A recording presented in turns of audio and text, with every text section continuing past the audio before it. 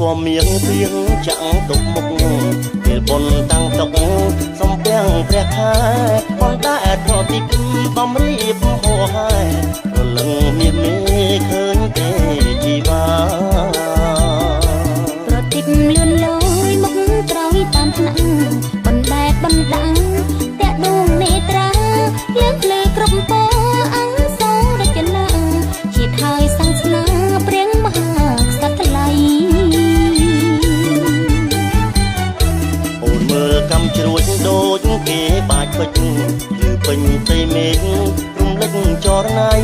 មុខព្រះរាជវាំងចាំងភ្លឺដូចថ្ងៃបងសូមទឹកដៃក្រែងស្រីវងវែងជប់បន្តិចហើយត្រាន់ត្រៃអានំមកនឹងឆោមយំអូនចង់ស្ដាប់ភ្លេងចង់រួមនឹងបងស្នេហ៍ស្លងវ័យក្មេងរំហើយទៅគេកន្លែងទូកយើង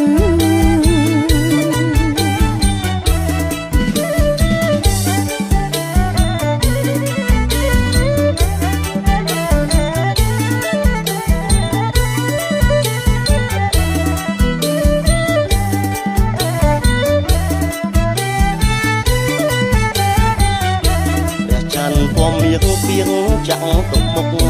ពេលបុណ្យតាំងតុកសំពាំងព្រះខែប៉ុន្តែត្រទីប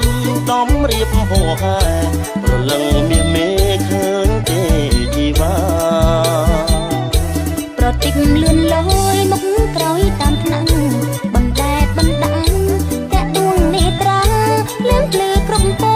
អង្គសូររចនាជាតិហើយសង្ស្នាព្រះមហាក្សត្រថ្លៃ